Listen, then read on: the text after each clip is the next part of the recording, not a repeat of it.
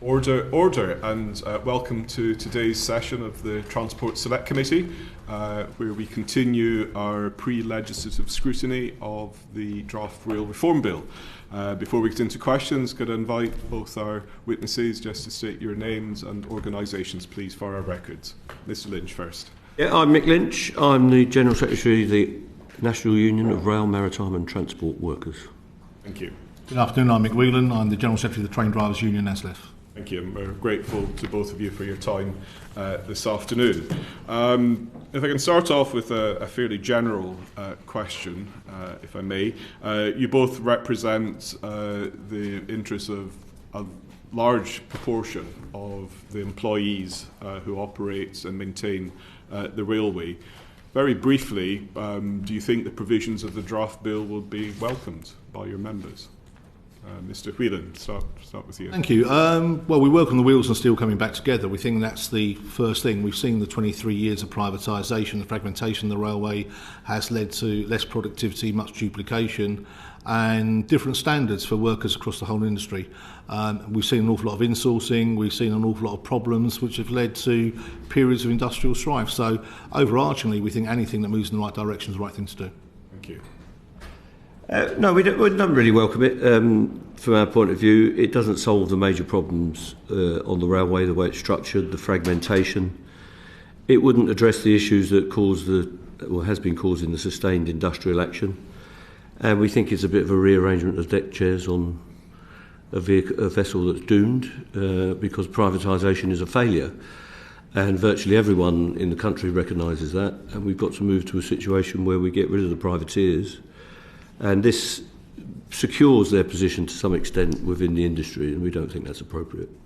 Thank you. Now, as you've alluded to, there are, how can I put it, a spectrum of ambitions for the future of the rail industry, but our focus is primarily on the draft piece of legislation in front of us. One of the areas of debate we're exploring is the extent to which what has to be on the face of the bill and what can come around the bill. As one of our witnesses said the other week, this is part of a jigsaw of reform in the industry. In terms of that balance about this being a very narrowly defined bill, as opposed to having more detail fleshed out, where would your union sit? Well, I agree with my colleague that other than on the point of bringing the wheels of steel together, it does very little aspirationally to deal with the cost of within the industry.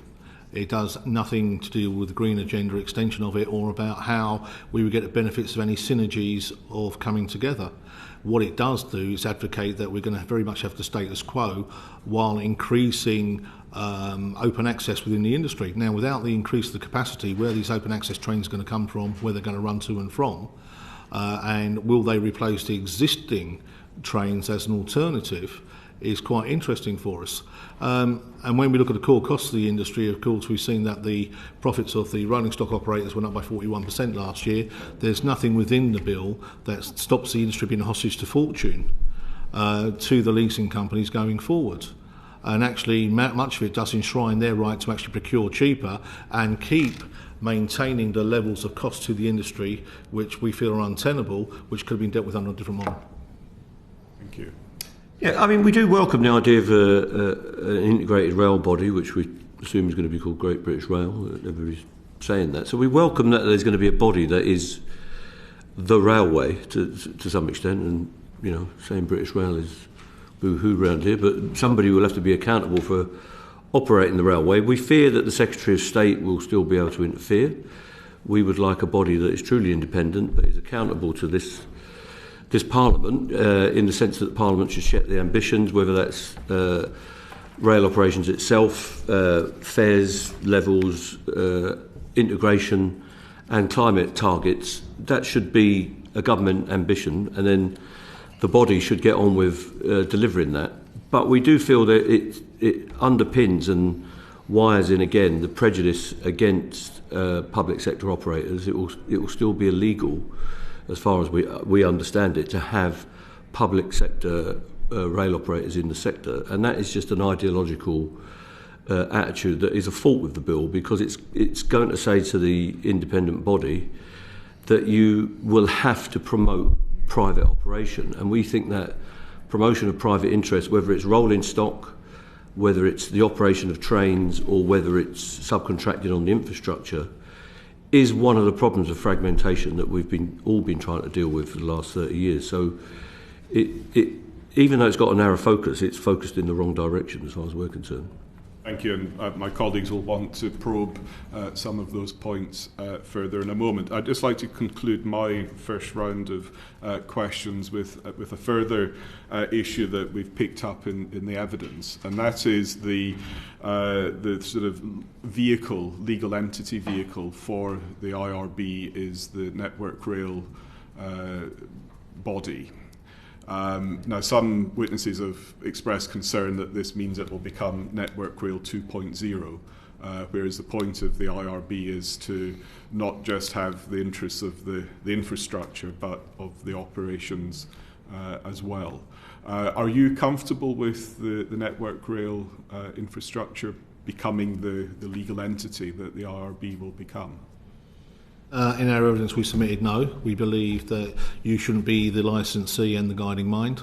We believe that's fraught with all sorts of dangers and will repeat the mistakes of the past. I think looking at the bill itself, when you look at accountability, we have to have an annual report on how the growth of the private sector. We don't have an annual report on the growth of anything else. We're already telling the guiding mind what their outputs and outcomes are going to be, and of course there are other parts of the bill that says the Minister of State can vary the needs or requests at 28 days notice. We don't see any underpinning scrutiny of those requests, how they're developed, or where there's any opinions of the stakeholders, whether it be the employees, the other stakeholders, or anybody else in those decisions. Again, these are important points which we'll cover, but I was trying to get to the using Network Rail Infrastructure Limited as the legal entity of the IRB for the purposes of trooping staff over. Is that a concern, or are you? It is a concern. Yeah, it is. Yes, okay. yes. Thank you. Yeah, we don't think it's optimal. I think Network Rail's got enough to do, and there should be somebody in charge of the infrastructure in the new railway. I don't think Network Rail should be imperialistic. They should be subject to the independent body, but so should the people operate in the passenger service, and so should the people operate in the freight section of the railway, which is often forgotten in all these discussions. So those entities should be in one operation and one entity, which will be a new entity, not a derivative of an old structure. Thank you. Fabian. Thank you. Thank you, Chair. To an extent, Mick Lynch, you've already answered part of my question, which was going to be, is it important that the IRB, once established, operates independently from government? But can you tell us why you think it needs to be independent? Well, we've just been through it. We've had a succession of transport ministers who haven't been very interested in the job, to be honest. I think the current one is more interested, to be fair. We don't agree, but he's stuck at it at least, and so has the rail minister.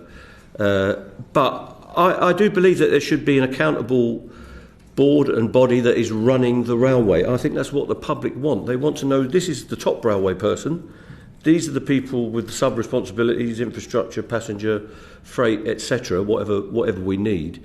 And that person should be the public face. They should be accountable for it, same as many other public bodies have. I mean, there is somebody that's responsible for the BBC. They come in here regularly, and they're accountable for what they do. There's lots of other structures on there. And the Secretary of State should be placing demands on that body, and we'll work out how that is. And then they should be giving their reports to this, to the Parliament on what they've achieved, and that should be part of a process. But they should be allowed to get on with the business and the actuality of running the railway, and accountable for what they've done with their business, their corporation, whatever we end up calling it. I think that's a genuine division of responsibility, but with proper accountability. This is what I do, and this is what I'm responsible for. That's what you do, and you've got the justified right to make those demands on my corporation and on me as the chair or chief exec or whatever it is. I think that's a good division of responsibility. Do you agree with that, Mick, Whelan? Yes, very much so. I mean, I think we've given evidence before about how we believe there should be a 30-year plan and a guiding mind, and people should be measured against that guiding plan.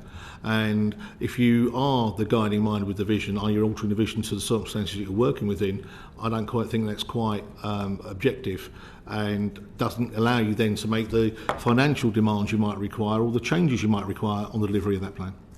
But just to follow up, we think this bill has too much interference with the Secretary of State, where they will create the passenger franchises. The DFT will do that. The Secretary of State will have direct intervention. But then this new body will have to take up the design that's been given to them and imposed on them. So that's where a division should be. A politician, with great respect, shouldn't be saying, I want the passenger service in this area or on this route or in that nation, importantly, to look exactly like this, and I'm going to impose that on the body. That should be for the railway to work out with the consultation with passenger groups, the environmentalists, whoever we need to talk to. How do we find then the right balance between that accountability, between elected representatives having oversight, as we've said, of the IRB, whilst maintaining its operational independence? Because, you know, how would you make this reflect in the legislation that's being put forward? And furthermore, perhaps you could both give us your view on this. I think I could probably predict what it is. Should there be representatives of the workforce on the integrated rail body? As long as it's not us two. Well, we thought of you first. No. Quite obviously, we believe there should be representatives of all stakeholders, even from the supply chain to everybody else, in what we do in future. What we've seen recently, particularly over decision of HS2 and a change of the guiding mind into what should have been arbitrarily, once you made a plan, to stick by it, doesn't just affect the employees in a sector. It affects the supply chains, it affects apprenticeships, it affects so many other areas. So anybody impacted by a decision should have the opportunity to actually question or scrutinise that decision. But ultimately, you need the autonomy of that decision maker not to be challenged either through the Ministry of State or elsewhere. But of course, if you look at this document, it's very much about enshrining the current model without the accountability of fare box or performance at this moment in time that we've had in the past. So how much this bill is about keeping the status quo in a different way, and how much is really about having a railway that's fit for the future? Yeah, I mean, on worker representation, I mean, from our point of view, in ScotRail we have that, but we don't do that ourselves. Well, I don't think it's appropriate for a direct trade union to do it. We give that to the General Secretary of the TUC between the unions. So that's the kind of worker representation we have. We wouldn't want one of our reps up there in the boardroom getting involved in these kind of arguments, but there should be a voice. But there should also be a voice for the passengers. Transport focus needs to be recast, we think, and make it more democratic. So, I mean, and the taxpayer might have a say, but you might say that's what the politicians are here for, I don't know. But I think you can have a good system, and I think for the Secretary of State, they've got to be accountable for the whole thing.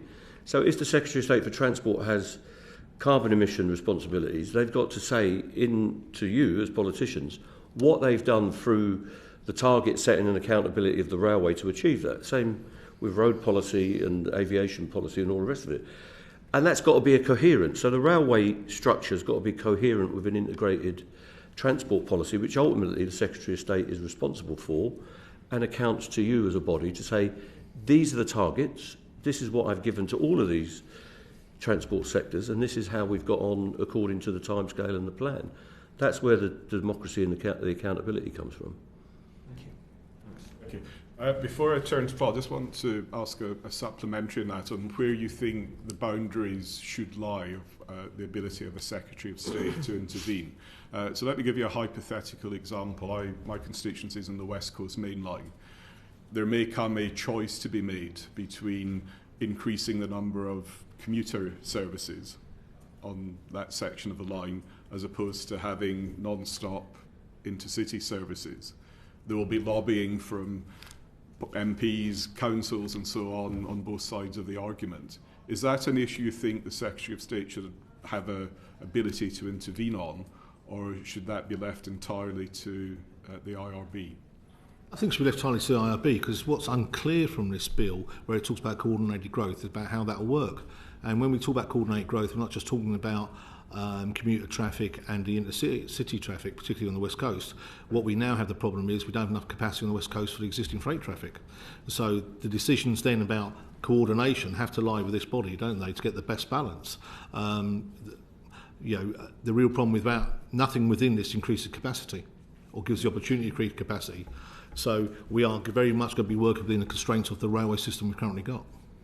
I appreciate that, but it's... I'm just so it should be that decision on the balance. If you are going to talk about coordinated growth, should be across the three sectors. Do you share that? Yeah, I think that politicians would be best served not getting tarnished by too much lobbying. But of course, it's still a democracy. You do have the right to have your opinion like everyone else, and I wouldn't want to stop that. But what we do need is a robust consultation process. Many people suspect in all sorts of walks of life that consultation isn't meaningful. That didn't turn out to be true on the stations campaign that we ran last year. That was a very pleasing outcome for us, and we did get listened to. But I think situations like you're talking about, reform of running times or services, has to be a meaningful consultation, and the legislation has to set that up as a really robust part of how GBR, or whatever it's going to be called, is accountable to the people that they serve. And that needs to be really hardwired into any legislation, not just superficial. Thank you. Paul. Thanks, Chair. Thanks, gentlemen. Just want to go something that was mentioned a few seconds ago, just about the franchise model. I just want to talk a little bit around the specifics of that. My understanding is that, that you're opposed to the franchise model itself, but given that it's likely to happen, what would you like to see changed on the face of the bill in the terms of how the IRB will actually exercise the franchising powers? Maybe if I start with yourself, Mr. Whelan. Thank you very much. I mean, I think if you look at the plan for rail, the plan for rail actually talks about having less fragmentation. And if you actually look at the bill, it actually opens the door to more fragmentation. So in an interoperable railway, surely the less interactions you have and the more interoperable you are, the better it is. Also, then the more interoperable you are, then the better value you get for cost, because the less changes you have, the less crew you have, the less all the other things that come with the duplication of what we currently do. So I see nothing in the bill that actually reduces costs. And as I said earlier, every 12 months we've got to give a report on how much more private sector opportunities we've had, but we don't have the same thing for the public sector or the growth of freight or other models, maybe concession models, because we still have those within the system as well.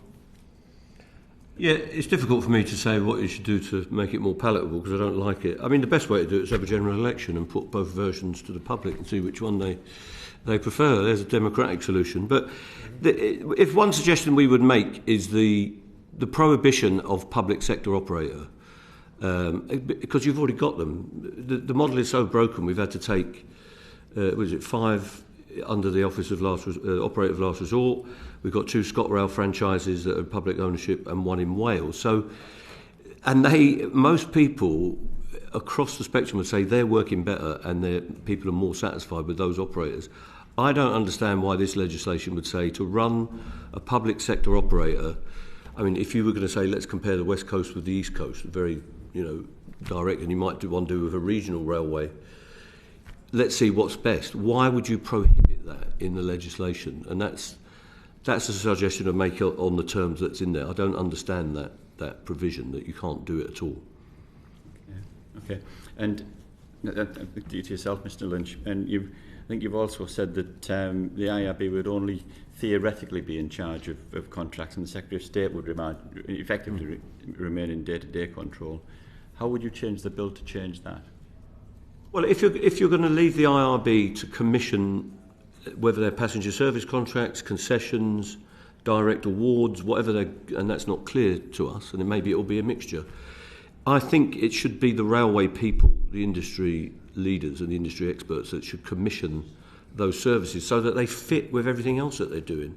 There is a danger that you say, well, this contract's going to operate like this, but there's another one over there that's going to operate in a different way. And there have been problems, legal challenges, even from the private sector operators during privatisation, that the awards are changing. And there was an issue with Stagecoach when they bid for the West Coast.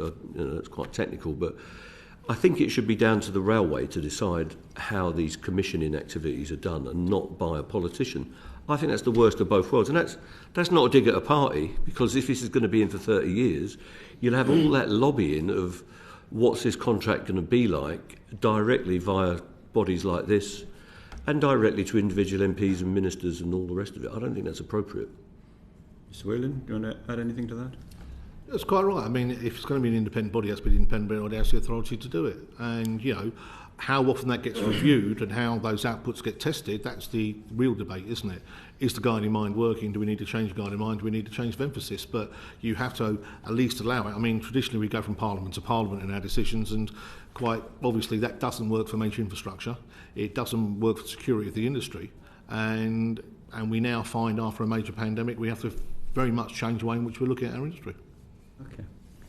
Just on a slightly different but linked subject, in terms of franchising as a whole, I'm a North East politician, and we've just got a new North East mayor who's talking about franchising the bus systems.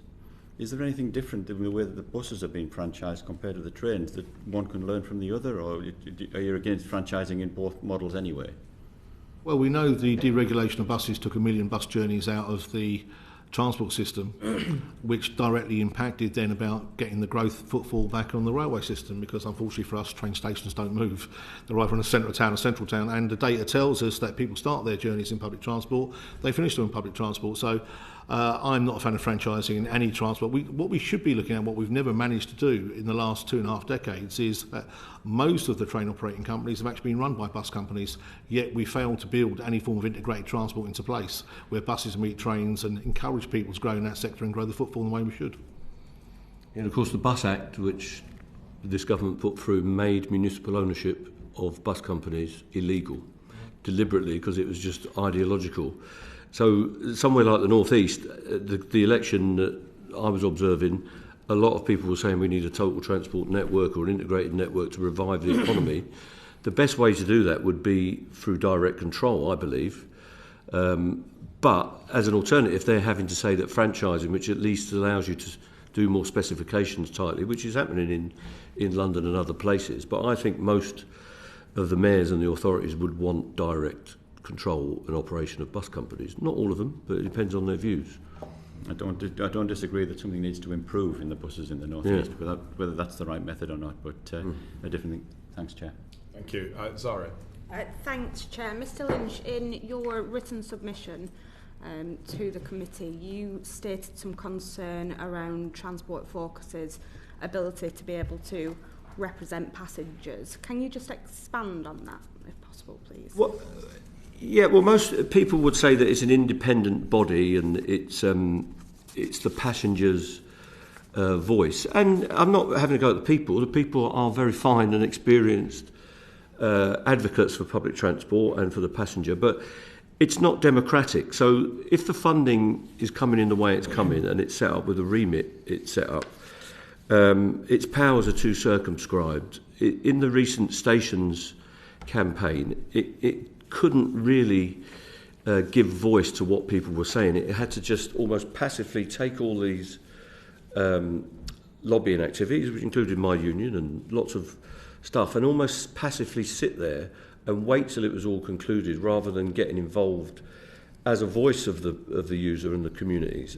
I think that's got to change. I think they've got to have a remit that's more robust, allows them to be more intelligent and interventionist in the way that you'd expect an advocate of the passenger, and maybe it's got a wider voice than that if there's going to be a climate aspect to that and what communities think about public transport. It's just got to be differently exercised. It's too prescribed in what they can do, and it's too passive. It's described as a non-departmental public body sponsored by the DfT. I think most people say, well, what does that mean? You know, is it our voice, or is it something that's put up by the DfT? I think it's just got to be a bit more usable for the everyday punter, user and community, because you may not always use the railway. It's not all commuters, and commuters often get a strong voice.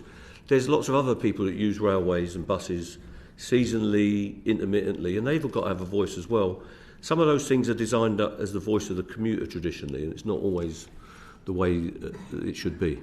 So what would you then want to see on the face of the bill so that Transport Focus can better represent people that are using the railway system? Well, a democratic structure where people are elected for, or at least put there by passengers so that they're real advocates for what's going on. There are loads of community groups that are out there, and we found an awful lot of them in the ticket office campaign, and people who are really, really interested in transport and its interplay with all sorts of social activities. They've got to have a means of getting there. If you want to be the head of Transport Focus now, you're likely to be an industry insider. And again, I'm not denigrating those people in any way. It's just that the way it works, you've probably got to be one of those to work out how these mechanisms work. Whereas what's portrayed to the public is it's some kind of public democratic body. So there's got to be some form of democracy, but with a mixture of professionalism as well. You do need people who know what they're doing about this. But it's got to be some democracy hardwired into it.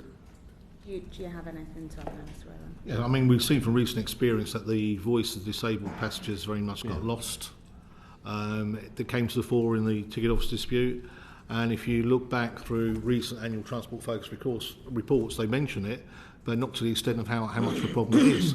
Or even they didn't have the right to scrutinise the outputs or the figures of the various operating companies in relation to what they were claiming on how many passenger journeys they were doing.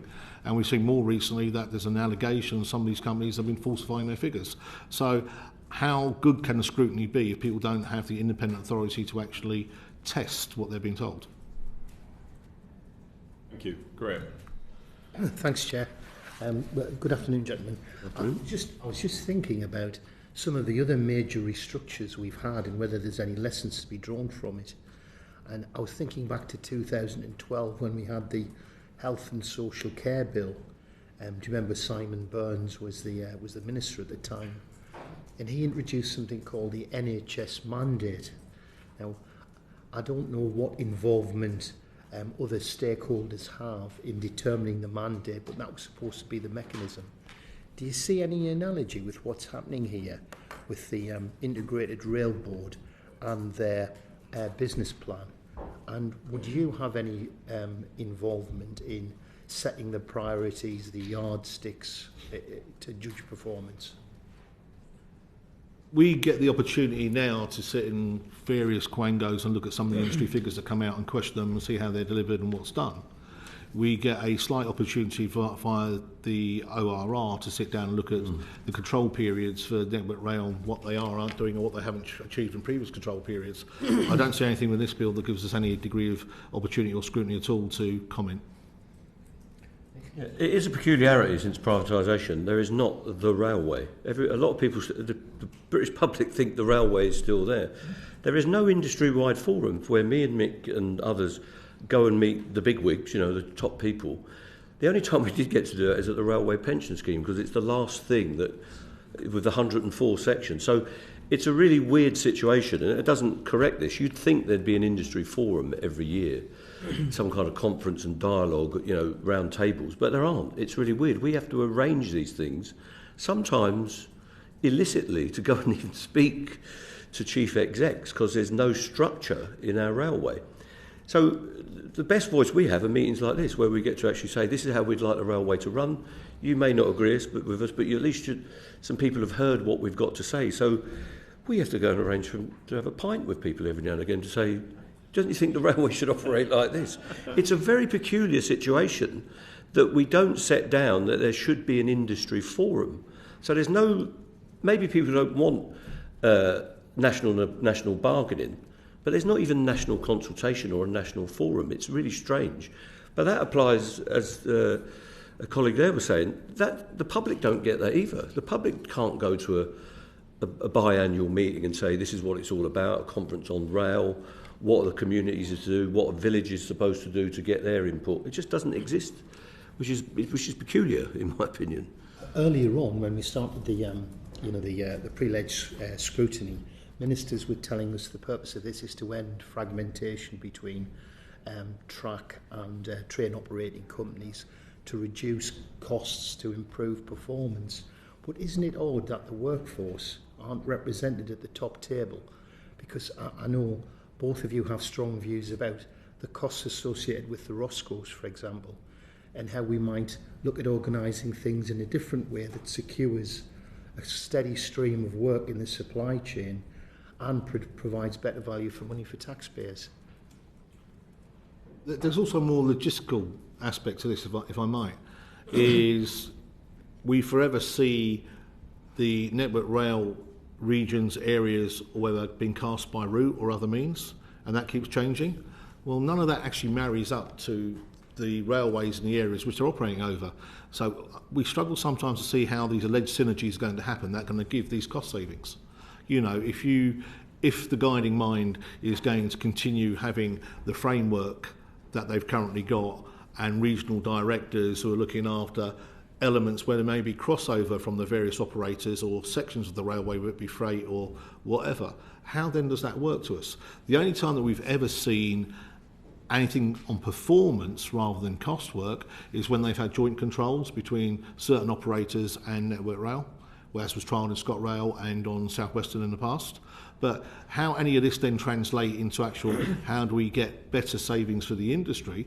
If you can have a multitude of new privateers and more fragmentation as a possible consequence of this bill, how does that then, having the guide in mind, give you a cost saving? I don't see it.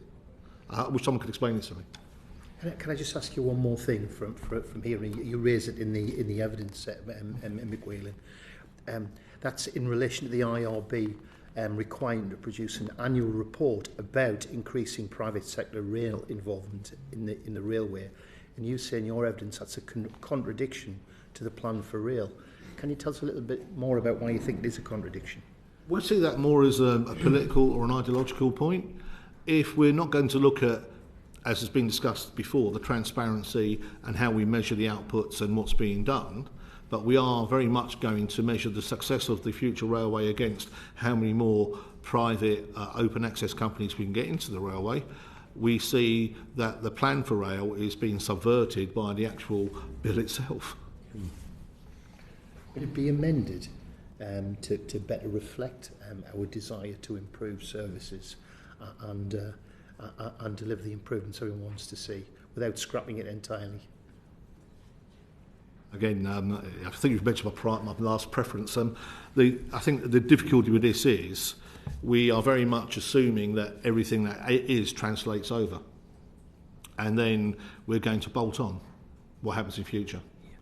Now, I see nothing in the existing control periods that allows for the further fragmentation of what we're going to do or how it's going to operate. I see nothing in how the licensing, and if you were to look at open access, where we both have members, right? The issue is open access is bespoke. You go Hull to London, you go Hartlepool to London, you go to where New Stirling to London service is going to be introduced. You're not actually looking for volume for mass transit, and it's the volume of mass transit that gives you those economies that possibly gives you the opportunity to reduce fares or to cross-subsidise. And I see nothing in that area that promotes that. Yeah, which is why Elizabeth Line's been so successful, because it's integrated with the rest of London transport, physically and operationally. But the fragmentation point, Graham, that you were putting, because we've had more. It's not just fragmentation on rail. We've had fragmentation with rolling stock procurement and manufacturing, and all of this year we've had crises at Derby, crises at Newton Aycliffe, and the new Spanish manufacturers Talgo and CAF will have their problems. And if we don't have a single entity and guide in mind that has actually got a plan, as Mick said, maybe 30 years would be great, but we don't seem to have a plan to the end of this year about how we asked Siemens and Hitachi and Talgo and CAF to come over and invest, and they seem to be keen. We've got one in South Wales, we've got some in the north of England. Talgo were looking to go into the east of Scotland, which would have been great, because you've got every nation involved. They must be sitting there thinking, well, why would I want to go there? They can't even work out how the railway's going to be operated, who's going to own it, what the plan is. Because every manufacturer will say, I need to keep this unit open. It's got to have a steady flow of work. And every business person would tell you that. I can't invest if I'm not going to get any return. And then, of course, we've got this strange model where we put Roscoe's in between and say, let's give you all of our money, and then you go off and find these manufacturers. And I thought, well, they're in Newton Aycliffe. They're up in Derby. There's one in South Wales. We were going to get one in Scotland. Why can't we just talk to them and get the best deal we can?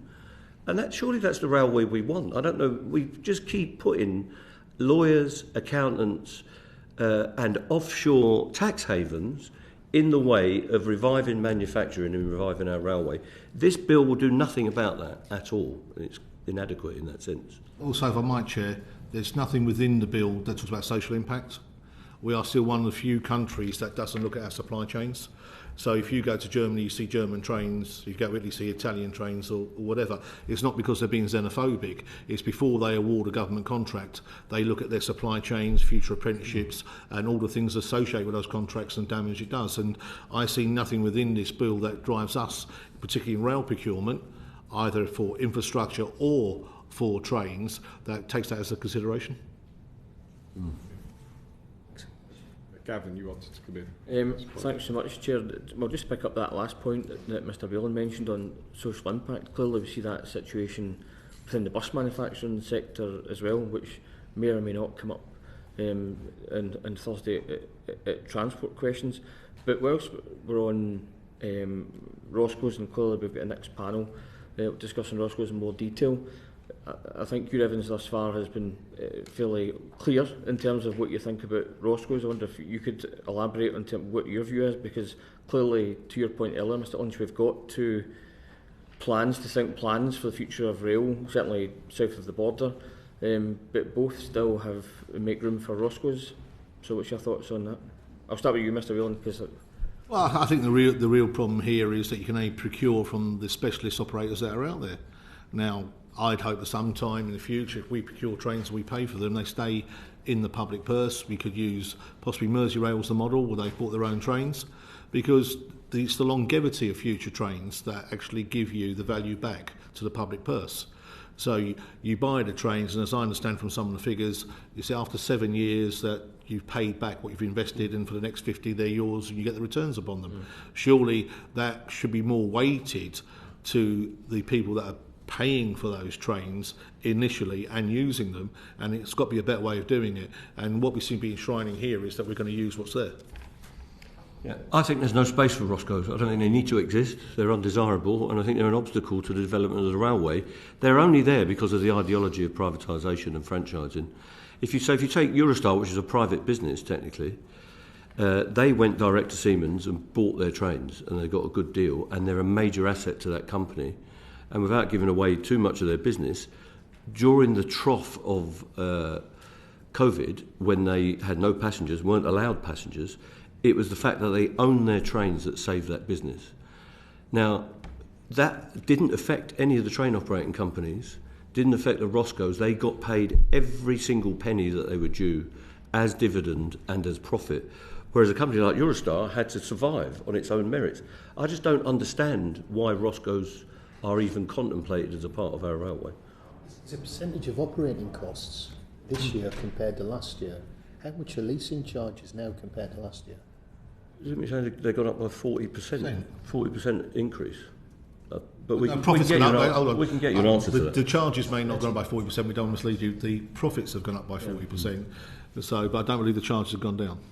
Sorry, Greg, can you like Gavin? You jump in. Come back to you at the end. We can redirect the witness after this question, Graham. But given that, do you have any idea why? Because Labour's plan for rail is certainly a lot closer to Scottish Government's and SNP's plans for rail.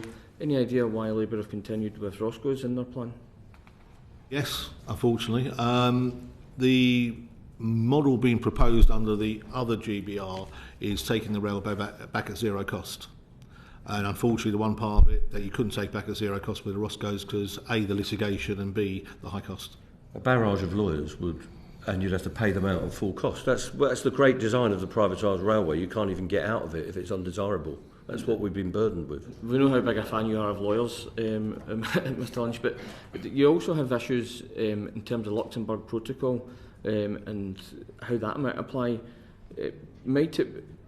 With the current arrangements in place, with Roscoe's in place, if we're looking ahead, if Roscoe's weren't part of the picture and we could join, Luxembourg Protocol was signed and we were to use Eurofema or etc., and procure cheaper rolling stock for the public purse, would that not be welcome? Also be welcome. And also, the biggest problem of the last 2 decades has been that we've targeted most of our investment where the highest footfall is, which is in and around the southeast. And then we targeted most of the new trains in and around the southeast, and we've actually created a cast-off situation. So every time there's a new train set in the southeast, we cascade trains to elsewhere. So, and generally, we've got other parts of the country that are grateful for things that are already 20 years old.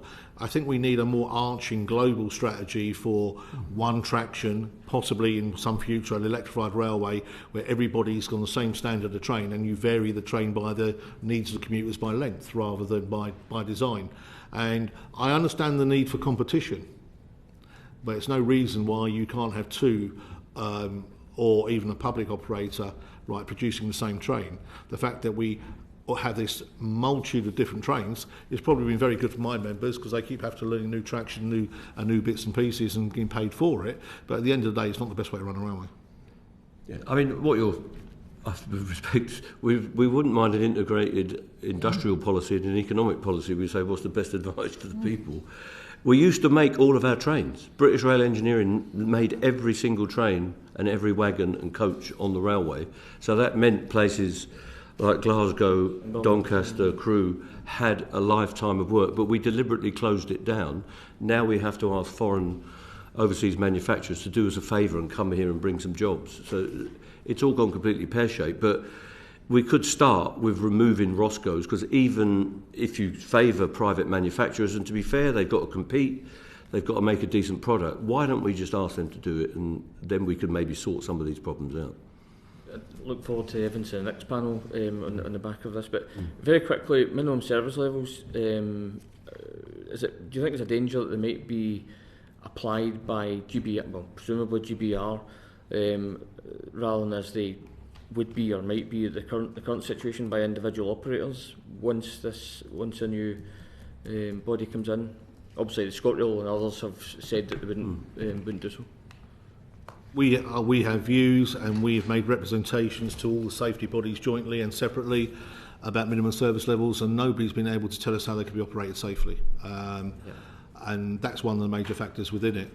The way the legislation is currently written, one operator came to me and said it would take 90% of staff to run 40% service, and then I'd have no service the next day. Forced labour of any kind is a stain on the character of this democracy and this country, and is wrong. That's a personal opinion. No one has to agree with me. I don't want to go into debate on minimum service levels, but the reality is, look, if the integrated operator felt they could do it safely, we would have to comply with the legislation. Is there a danger that the IRB could apply that across the network rather than allow it to operators? Is that your understanding of the situation? I think what you're then saying is that you would have a national stripe across the network all the time, rather than localised stripe on the occasion that you get with a private operator. That's an interesting concept for us. It's possible. I mean, but it's still, we have not had a dispute with Network Rail yet. We've had disputes with train operating companies, both unions, and there's been no hint that they're going to do it, because they told this body that it wouldn't work, some of the operators. But we'd have to see with Network Rail. But theoretically, it could be imposed on us, but we would see how we would refuse to comply. Yeah, I've taken this down a siding chair, but my last question on other puns are available, and the ORR, in terms of the new role and function, if you want to put it like that, of ORR following implementation of GBR. And in fact, I'm struck by the RMT submission. So this is likely to see the ORR pulled between granting open access in the name of a chimerical competition and operating to defend the interests of the handful of monopolistic companies functioning as rentier capitalists on Britain's passenger services. I'm saying that because that's possibly one of the best sentences I've seen in evidence that's been sent to this committee. But why do you think, I'll start with you, Mr Lynch, why the ORR might find it difficult to exercise its competition duty? Well, I just think it's a confused body now, and I think it'd be even more confused if there is a national railway and there's still the ORR promoting licences for independent private sector operation. I just don't. The thrust of nearly everyone, of all persuasions, is we need an integrated and to a certain extent planned railway that's working for everyone. And then you just throw in another body, the ORR, saying, well, I'm going to give a licence to this niche operator to, I don't want to use the word parasite, but operate on the back of what everyone else is doing to integrate, drive down costs, get efficiency, keep people happier. But then we're just going to open up this of a separate railway. You know, if you did that on the tube, every fifth train is going to be a private sector operator. You go, well, what we wanted was a train every 2 minutes. I don't know why you'd want to throw that into the national railway. What you want is a railway that works for people, where we understand the pricing, we understand who's accountable for delivery. And they've got this other role they're meant to be the safety inspector, but they award the contracts to the employers and they promote competition. And I think they should get on with being an inspectorate for safety, looking at regulation where it's appropriate, pressing the entity, which will be GBR, as an inspectorate, but also as an ombudsman or whatever powers they're given. I don't know. It's not at the top of our minds. But I just do know you can't bleed powers off to another body and expect the first body to be accountable. And the worst thing in this bill is the Secretary of State is also interfering. So the Secretary of State can go over to the ORR and say, I want you to push the new railway body that way. I can do it myself and poke them in the ribs this way. And they're thinking, we were told we've got to get on with running the railway. Now I've got all these other interventions. I just don't understand it. If they're an inspectorate, they're an inspectorate, and they should be given the powers to do it. Last, Mr. Whelan, same question, but how would they exercise that competition duty whilst giving that due regard to the cost incurred by the taxpayer, which seems to have a slight conflict? Right. The ORR has always been the one that looks at Network Rail in relation to how they spend their money, what budget they get, and whatever else. And we don't disagree with that oversight. We sometimes disagree with some of the conclusions, but there has to be oversight. It's not a problem for us. The independent regulator can't be having given preferential treatment to other bodies to fulfil a role within this bill. So, to the detriment of existing contractors, I'm now going to give this to somebody else because I've got to fulfil a requirement within this statute. That isn't a level playing field. That is inherently unfair. But as they're also the safety body, does that also import some sort of unconsidered risk? So I think it's wrong. Okay, conscious time, Chair. Thank you. Jack. Thank you, Chair. I just wanted to ask a little bit more about the points that have been made about private involvement, because we have seen as a committee in other countries where we see much greater private investment going into not just running services, but also into the infrastructure. So Japan, for example, often a third of investment in infrastructure is from the private sector. So there is less of a dependency on taxpayer money going in to pay for those costs. And obviously we're having to, the rail sector is having to compete with all other schools, hospitals, police and everything else. So how do we, with the changes which are proposed with Great British Railways and everything else, how do you see it that we could attract more investment from the private sector into rail in this country? Maybe Mr. Whelan, you want to start first? Well, our experience is that the three tenets that John Major put forward never happened. Privatisation was going to drive competition. We know that didn't happen.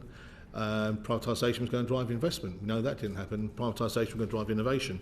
There's nothing in this bill that encouraged anybody to build 1 inch of track. There's nothing within this bill, right, because the short-termism of the way open access works, if you get a 10 or 15-year contract, that would encourage you to build a train. You'd lease, buy, or get them from some other party. There's nothing I see within this bill that actually encouraged private investment. The whole model has basically been for years that, other than Chiltern, I won't mislead anybody, in the early days, right, that we've had no private investment in our railways for the last 23 years. It's all come centrally. And this, again, will only encourage privateers to come into an already set up infrastructure to see if they can run trains within it. There's nothing in here that actually will drive the investment that you'd like to see. How has that been possible in other countries, not just Japan, in other parts of Europe? We're seeing an increasing involvement of the private sector. How has it happened in those countries, but it's not happened here? Because the only line I think that we have had built would have been HS1, which is currently owned by a Canadian Teachers Pension Fund, the last time I looked. And Once that was done and dusted, we did everything we could, including taking out a link from HS2 into HS1 to deter anybody building any further railways for that connectivity.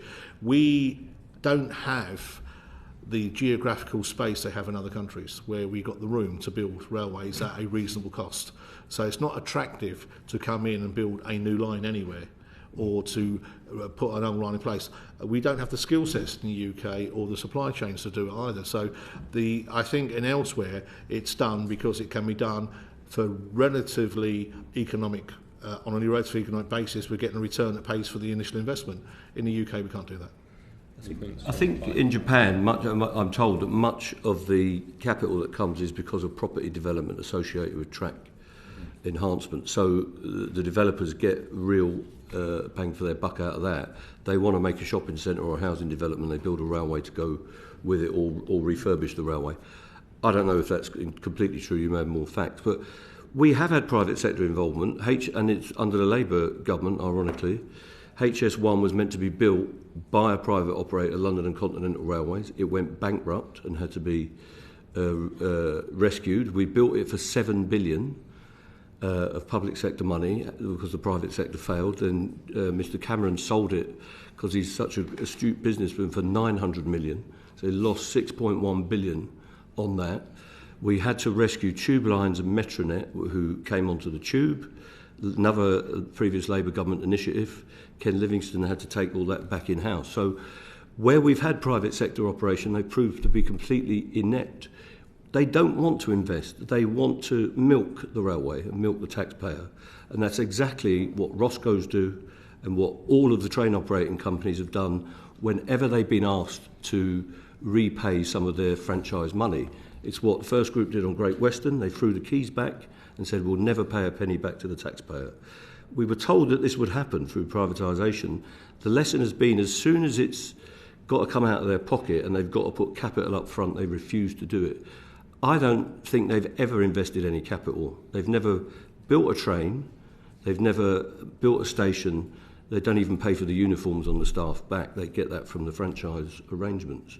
That's the failure that you're describing, private sector involvement. In terms of, and you mentioned a minute ago that I think you described open access as parasitic, which I think is pretty distasteful, to be honest. But why? In terms of... Why is it distasteful? Well, what we've seen, and what, if you let me ask the question, is that actually open access operators have seen both passenger numbers and revenues return quicker than the rest of the system since the pandemic. So how would you reflect on that? They're not paying the true cost of their operations, because they're not paying the true cost of operating the infrastructure, they're not paying the true cost of operating the stations, they're not paying for the signallers. It's an ideological... People are voting with their feet. You know, people are, as I say, you know, passenger numbers, revenue numbers have returned quicker since pandemic. So surely passengers... It's mainly because they're kind of new starts. I'm not saying that they haven't got a good business model, but it's in effect a cross-subsidised business model. If they'd had to pay their full costs of their start-ups compared to everyone else, that business model wouldn't operate. Why don't they just go out and build railways then and operate them from the start? They don't do it, do they? I agree with you on that, but the reality is that in terms of those services, we are seeing people use them. People are increasingly so. So how does that... So maybe that's because of the model that the rest of the railway's been hobbled with because of the privatisation model. If we had a properly integrated railway, we wouldn't need open access operators because we'd have an efficient fare system that delivered for all of the communities. Don't you think there should be choice, not just in terms of... People have always had choice. You can get the express train or the slow train, and that's pretty much what the model is with open access operators. They get certain preferential arrangements and paths, and they bid for those paths, which are often preferential to the one that the traditional operator is running.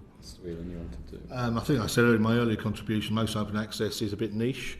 So they've got a captive audience from the certain location they go, and the mainline railways tend not to run any more trains there because they've got the operator. So there is less choice now. You either go by Grand Central, or you go by Hull trains, or you go by another, or you wait 2 hours for a train. So I think part of the reason it came back was there was a lack of opportunity and a lack of the choice you described. Very I quick really just want to supplementary. dig in a bit more into Jack's point. So very, very briefly, he was asking what, if anything, could be put on the face of this bill to attract the private investment. So is there anything that you can think of that could actually be incorporated into the bill that would attract it? There's one area that we really haven't explored, and that's freight. So it's the current government's avowed view of double freight by 2050. We're fighting off redundancies across the freight sector is collapsing. And the only thing that's going to regenerate the freight sector is going to be massive infrastructure work. So if we were to invest in our infrastructure, whether it be railways, housings, hospitals, whatever, that kick-started the construction side of freight, right, and also left us with an asset, I think that would very much be one place where we could get people going. The only other model, of course, is the Hong Kong model, whereby you, as Mick described, you sell the railways to property speculators and they own the air above the stations, which works quite well in Hong Kong, but not quite sure would work in Skipton. Yeah, I mean, I agree. Freight is a Cinderella part of the railway. They're always looking for investment. I'm not certain that private sector freight operators who can run via road rather than rail will do anything without being incentivised. So one of the things that could come on the bill is that the Secretary of State must meet targets for the transfer of road freight onto rail freight. And that would mean that the independent body, GBR, whatever it's called, would have to create an environment where investment comes in to make that target happen. But I don't see that that's happening either. There's no particular requirement for anything to be achieved in terms of passenger numbers, extension of routes, lowering fares, or increasing freight on rail.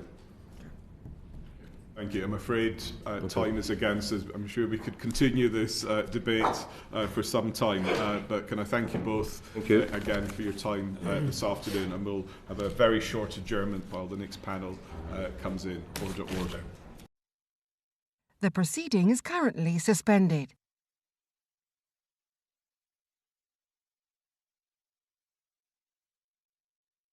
The proceeding is currently suspended.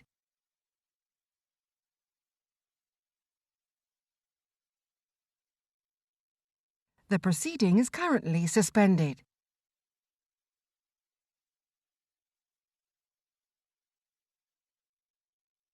The proceeding is currently suspended.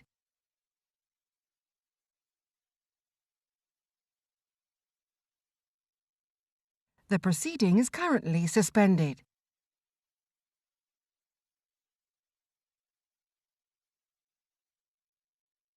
The proceeding is currently suspended.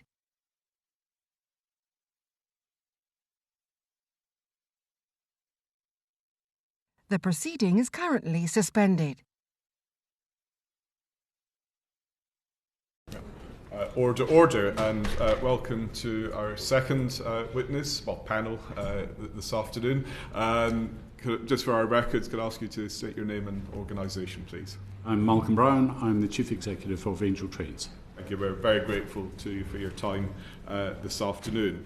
If I could open up by asking what commitments you would like to see made, including on the face of the bill, for the IRB to develop relationships with the Roscoes.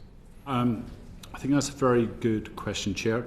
I would actually initially expand that I see the IRB as a unique opportunity in the structure of our industry to have a clean sheet of paper, develop into what we need it to be. And we shouldn't look at the IRB as just almost standalone. We have to think about it as part of the holistic part of the system, how it interrelates with different parts of the industry, including ourselves and Roscoe's. So there is a role for the IRB, and how does it interact with the ORR, DFT, Secretary of State, etc. With the Roscoe's, and I can speak on behalf of Angel Trains, we interact with all parts of the industry. We interact with the DFT, Network Rail, rail partners, etc. And as an integral part of the industry, it's becoming beholden upon us to make sure that we are working constructively with all parts of the industry. So when the IRB is formed, and we have got GBRTT at this point in time, we will engage with them in a constructive manner as we're engaging with the GBRTT at this point in time. Thank you. And one of the themes we've been discussing during our scrutiny is that the draft bill and the IRB is one part of a wider jigsaw. Yes. And consequently, the fact that the bill is very narrowly defined in its content is appropriate. But is there anything else you would like to see on the face of the bill as opposed to be part of the wider jigsaw? I think within the bill and the technicalities of bills I wouldn't want to comment on, but having read the bill, I would like to see a bit more reference to how the IRB is going to interact with some of the other bodies. I don't think it's terribly complicated. You have a client who is the Secretary of State who represents the taxpayers. You have somebody who is specifying and procuring, which I believe is IRB's role. You have a regulator, which is the ORR's role. And then you have the industry, which is about delivery. Clarity about where the Department for Transport sits. I would imagine that sits in the administration piece of the jigsaw. But I think spelling out those interrelationships would be actually quite helpful and useful. We don't need more organisations. Goodness knows in the rail industry we don't need more committees. But we do need to have clarity on what the roles and responsibilities are within each of the parties that are taking part. Does that extend to concerns that the Secretary of State retains powers via secondary legislation still to intervene in the running of the railway? Do you think there should be a framework setting out the circumstances in which he or she could? I think that would be helpful for clarity. However, I would say, the rail industry just now, there will be always parts of the rail industry that require subsidy. And as I describe it, you look upon the Secretary of State, whomever that is, as the client representing the taxpayer. So they should have some line of sight onto the IRB. If nothing else, to actually set out the long-term vision and the strategic goals, or sign them off even if it is that type of relationship. So again, I think that reinforces my point about the clarity of roles and responsibilities in this jigsaw. That also has, and I think there is something in the question you're asking that says, you are there. There is always this desire to get in and play with the train set, and what we will do is, that clearly defines what you can play with and what you shouldn't be playing with on the train set. But I do think there is a role for a Secretary of State or somebody in government representing the taxpayer as the client to have a line of sight to the IRB. That doesn't necessarily mean day-to-day interference. Thank you. And just before I hand over to colleagues, another theme that we've been exploring is using Network Rail Investment Limited as the sort of legal entity that the IRB will become. And some have expressed concerns that this will pave the way for a Network Rail 2.0. Whereas what everyone is hoping for is a new culture, a new approach. Yes. Do you share those concerns? Or do you think that the fact that it's Network Rail, it's investment coming over is okay? Yeah. I can see where those concerns are coming from. I go back to my opening remarks that this is a unique opportunity for the industry, and to use the analogy of computers, Control, Alt, Delete, Reset, and have a body that has the proper skills, proper culture, proper outlook. And again, I go back to, I know I'm sounding like a stuck record, but the roles and responsibilities without actually creating a monster here. And I understand the logic by using the vehicle, as it is termed, of Network Rail, but does it have to be that way when instead of worrying about we can't have Network Rail 2.0, I'd look at it in a different way. We've got a great opportunity to create something that could actually be very valuable and constructive. So let's actually look at that and stop fretting about whether it's Network Rail Release 2 or not. Look at what we're trying to achieve rather than defending or having a go at somebody else. Thank you. Gavin, you wanted to... Thanks very much. Chair, just for a commentary question, obviously the first panel had some fairly strong, I don't know if you were able to hear the kind of fairly strident views about Roscoe's and their place within the sector, and obviously moving forward with the draft rail. So, Francis, you said in your response, parts of railway will require subsidy and will always require subsidy. And I think we'd all agree that's the case. But obviously, the Roscoe's are taking hundreds of millions of pounds of profit out of this, so that could theoretically cross-subsidise the parts of the railway that require that subsidy, rather than going out to private companies. So I suppose, could you just perhaps explain to the layperson, because obviously the layperson doesn't understand the technicalities and whatnot, and obviously at the moment we've got the franchise agreements, which is partially why there's a requirement for Roscoe's. But why should there be Roscoe's moving forward in comparison to, for instance, particularly if you sign up to Luxembourg, GBR, for instance, procuring trains from here on in and leasing them to the operators if they're using a private operator? What's the benefits of Roscoe's in that sense? The Roscoe, in terms of its place, keeps the cost off the balance sheet of the government. So we take the cost of investment. So I've invested 1.5 billion over the last decade, 5 billion since privatisation. I've got 665 vehicles being built at Derby, and that's money that I bring to the industry through the leasing model, etc. But I keep that off the government balance sheet, so it doesn't appear as government debt. That allows the government to invest in other things where there perhaps isn't actually a market to do that. Yes, we do take a dividend, but equally we do plough significant billions of pounds back into the industry. So we have just spent, or we're in the process of spending, $1 billion with Alstom and Derby, 665 vehicles in the 3-year period. So that's £1 billion. We took 1.25 million out. So in terms of comparison, in terms of return, it is absolutely kind of what you would expect in a market situation.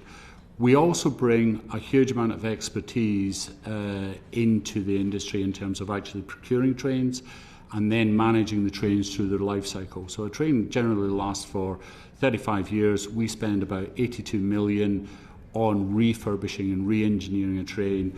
I've got a team of engineers who are absolutely on the money. They know exactly what they're doing, and that way we can make sure the train environment is, one, operationally efficient, but also creating a passenger environment that is attractive. So there's two aspects. There is the financial aspect of it, which is the technical bit, and then there is the actual engineering aspect of it. So if I can just press on the financial element that you're speaking of, you mentioned the debt side, the investment side of the balance sheet. Obviously there are two sides to the balance sheet, so clearly that would be an asset.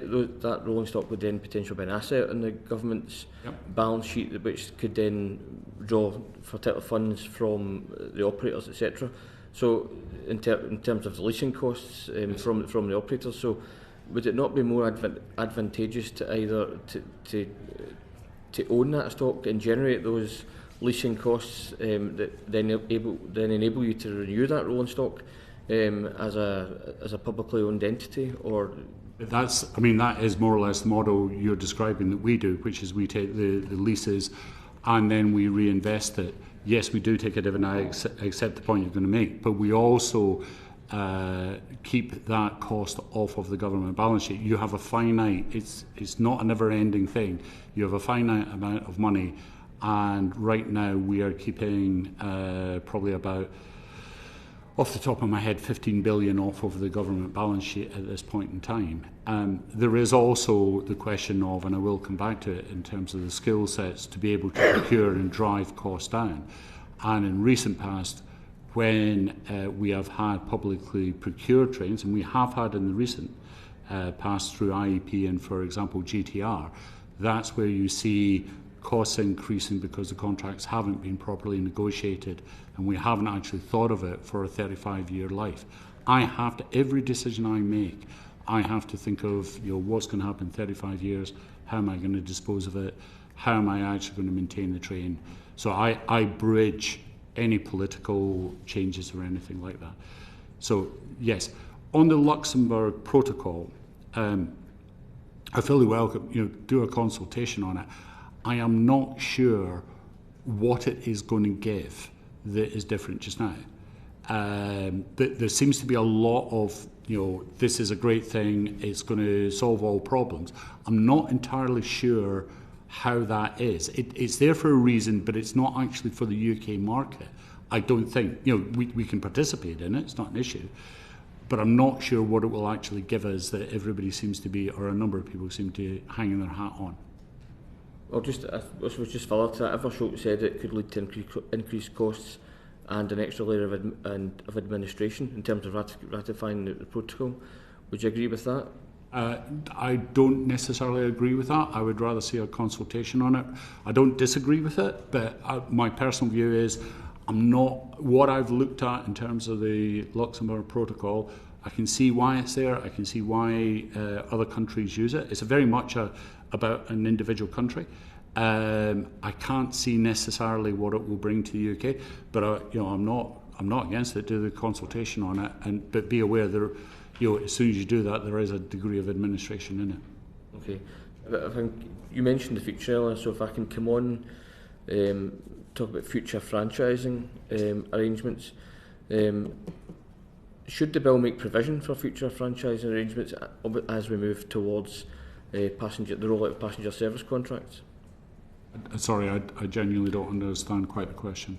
The bill as it stands doesn't do so, but do you think it should make provision for the nature of what's within future? Sorry, I do understand that. It's probably me mumbling, Mr. Brown. Don't worry about that. Not at all. If MD's clued into the accent, it'll probably be me. So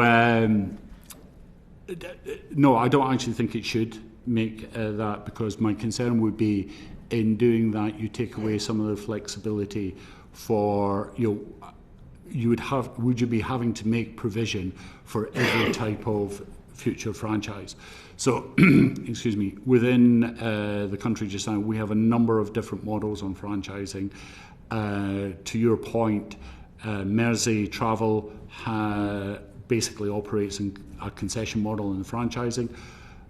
Angel Trains used to lease their trains to Mersey Travel. That was my client to the public authority, not to actually a train operator. And my issue would be, if you include the franchising, what we think is a franchising model, how much flex do we have in that?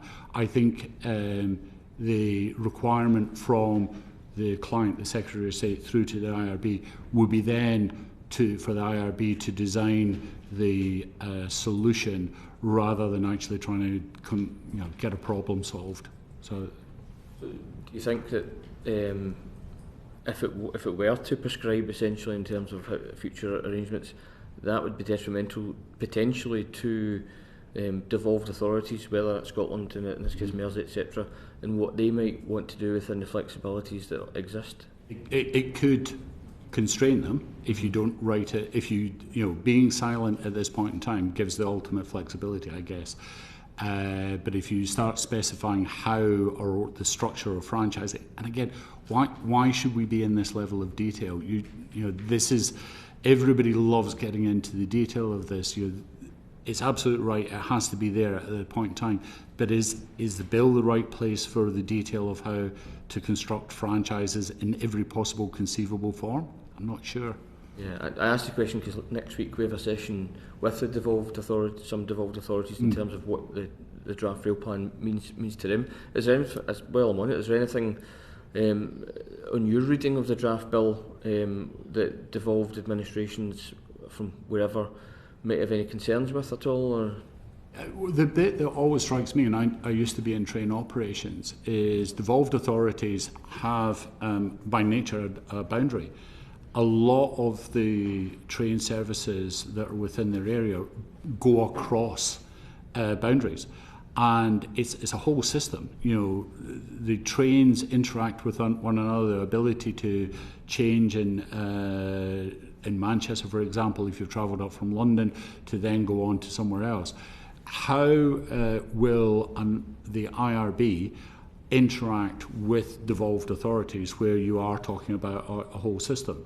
That is a real challenge. The train that arrives in Glasgow has got a connection to the train that goes to Kilmarnock from Glasgow Central, as you now both well know. So how do those, that sits with the timetabling at this point in time, but if you have a devolved authority pushing one way and the central body pulling the other, we may not get that. Well, that was triggering, because usually when I get a train from Glasgow to Kilmarnock, it's to see St Johnstone get beat at Rugby Park. But on that, thanks, Chair. Thanks. Gavin, Jack, you wanted to come in? Yes, thank you, Chair. And I just wanted to ask a little bit more about the value that Roscoe's bring and private operators as well bring to some of this, and particularly around specifying those, for new rolling stock. We've obviously seen HS2 is doing this very differently, and there have been lots of concerns around the length of those trains, the fact that they don't tilt and all this sort of thing. What do actually Roscoe's bring in terms of making sure that we don't have those sort of problems that we've seen with HS2 Limited, that they actually are specifying rolling stock properly? Yeah, the key thing is, we are in this for life. We are continuous. Like it or not, Angel Trains, the other original Roscoe's, have been around for over 20, 30 years now. And the investment decisions we make, as I said to your colleague, we have to consider for the full life of the asset, because it's not a let's get this in for the next 5 years and hope it all works out. My investors are looking at me saying, right, what is going to be the life of this in 10 years, 20 years time? How do we refurb it, etc.? One of the decisions that we took back in, I think it was 2010, 2011, that we would not purchase a diesel-only train again, because we couldn't see the investment case over a 35-year period for having a diesel train. So we, in a way, market made, for want of a better phrase, and said, look, we won't be buying that. So we will look at a train. We understand that the train operator is the best person to do the passenger environment in the train. They understand the passenger better. But what we will look at is the whole life cost of the train, the whole life reliability of the train. So we take those aspects of it, so the real hard nuts and bolts of it, and we consider those, and that's how we make our sort of investment decisions on that. Do you think those errors that have been made by HS2 Limited would have happened if there'd have been more involvement, or they'd have done it through more of a Roscoe or involvement of an operator in making sure that the rolling stock is actually able to do the job? I wouldn't comment on whether HS2 has made an error or not. What I would say is we would have done it differently. We would have came at this and what's the ultimate outcome? There is elements of decision making in railways where it's a solution looking for a problem, rather than what's our problem, what is the optimum solution for that, and then clearly identifying that, and then again, as I say, clearly identifying what is going to be the long term. What we see time and time again when we get specification that is from a very, very broad church is you get an overspecified product. As soon as you get an overspecified product, the cost goes up. And it's not just the capital cost of the train when you buy it, but suddenly you're having to maintain something that is unique, that you don't have off-the-shelf products. You're having to, get very specific bogies, very specific components in that. And that's where you start to drive up the whole life cost of a train. Whereas, and I'm not saying you buy an off-the-shelf train, because there are very few of those, certainly when you're buying them for the UK, but you can get more and more standardised you can get, still doing the job it's supposed to do, then the better, and it will bring down the whole life cost. And what we do in Roscoe's is we analyse that. We have people who absolutely understand this intimately. They are not affected by what colour is the train going to be, what maquette we're going to have on it. It is going to be very hard decisions, not just financial, but on an operational basis. And what sort of interference have you seen and experienced from the department? Well, there's a great question.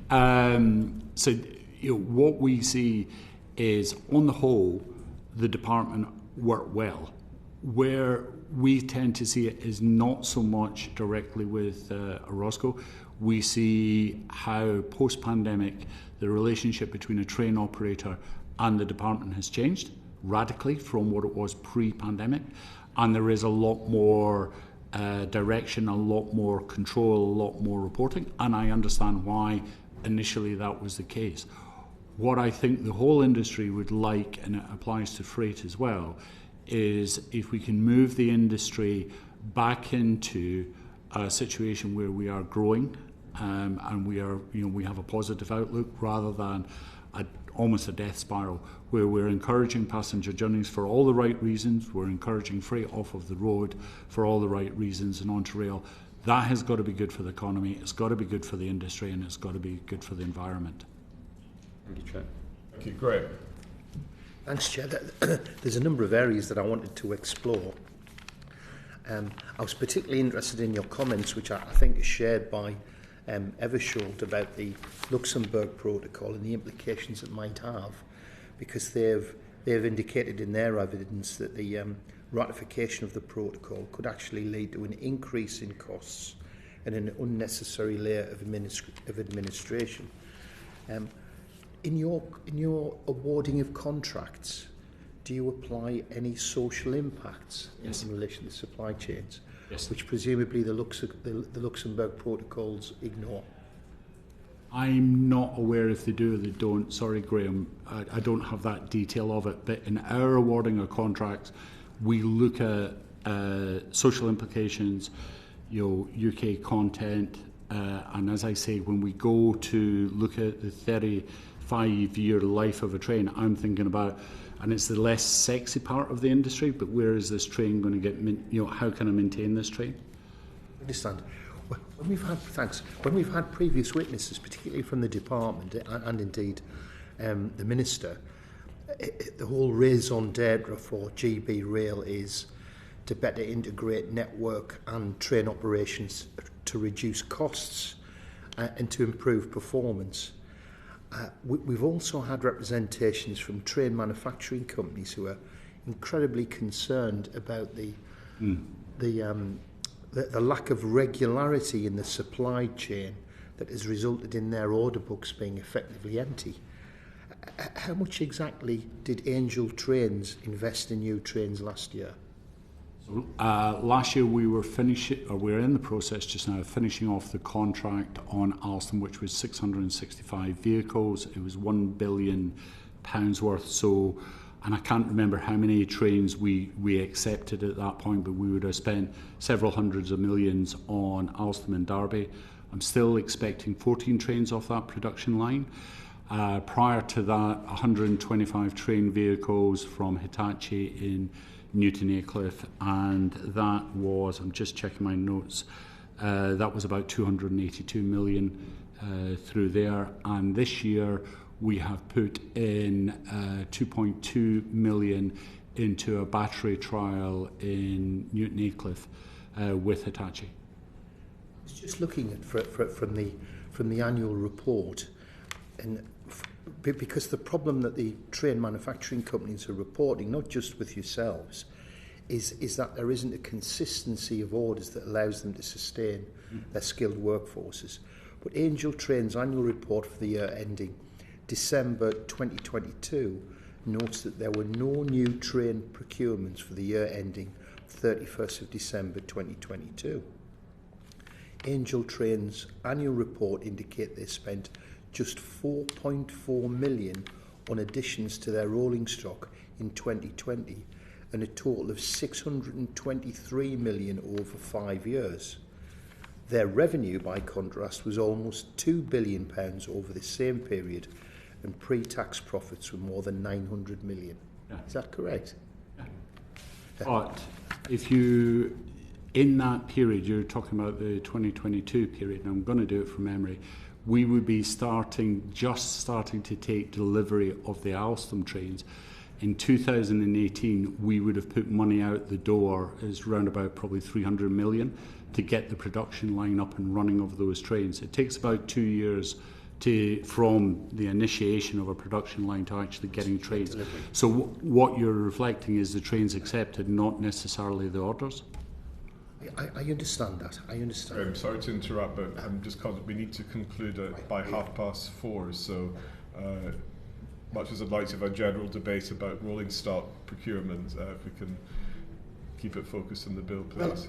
Well, in relation to the value of the Roscoes, I do have some concerns about whether this is the best way to organise rolling stock procurement. I was asking the previous witnesses about what the level of the leasing charges are, all of which are underwritten by the government, isn't there?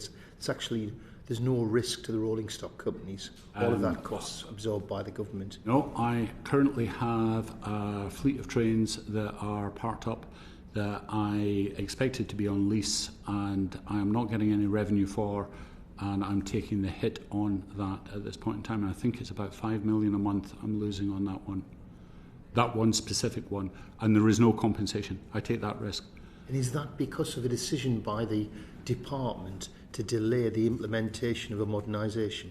No, that specific, and I'm happy to write to you and give you detail on it, but that specific case is a fleet of trains that post-pandemic there weren't sufficient passenger numbers, but we had the lease agreement on that, and we as Angel Trains have accepted that those trains will be parked up and we will take a financial hit. But I'm happy to detail that for you. I know we're running out of time. I'd be grateful if you could write to us and give us some... No problem at all. That. I'll just leave it at that, Chair. Okay, thanks, Graham. Sorry, I'm just under a bit of time pressure.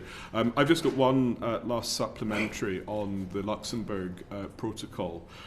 Just be interested in your views on how it potentially, if it was implemented, how it could help the export market. Both of newly commissioned trains, and understand part of Alstom's ambition is to use Derby as a basis for its next generation to export, but also old stock. We sold some old HSTs to, I think it was Mexico. Would the Luxembourg Protocol help that side of the industry, or make no difference? Nothing. I mean, nothing to do with the HSTs, but I would like to think, anything that we can help the manufacturing side of the industry. I am a UK-based business. I invest in trains in the UK, but the manufacturing side we cannot sustain. I do not believe, and I think the manufacturers would agree with this, the manufacturing capability we have universally in the UK at this point in time without some form of export.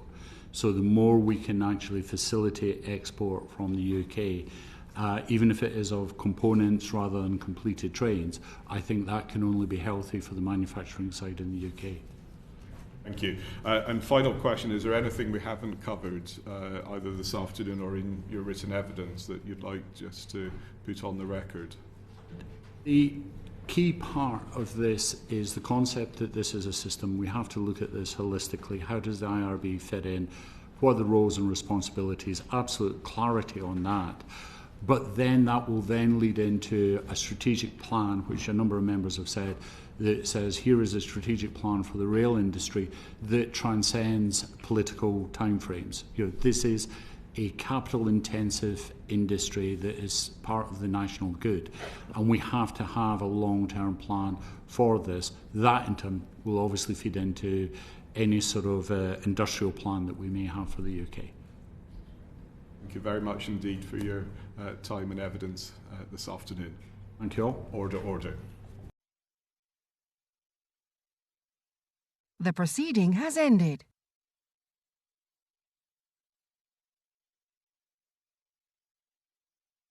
The proceeding has ended.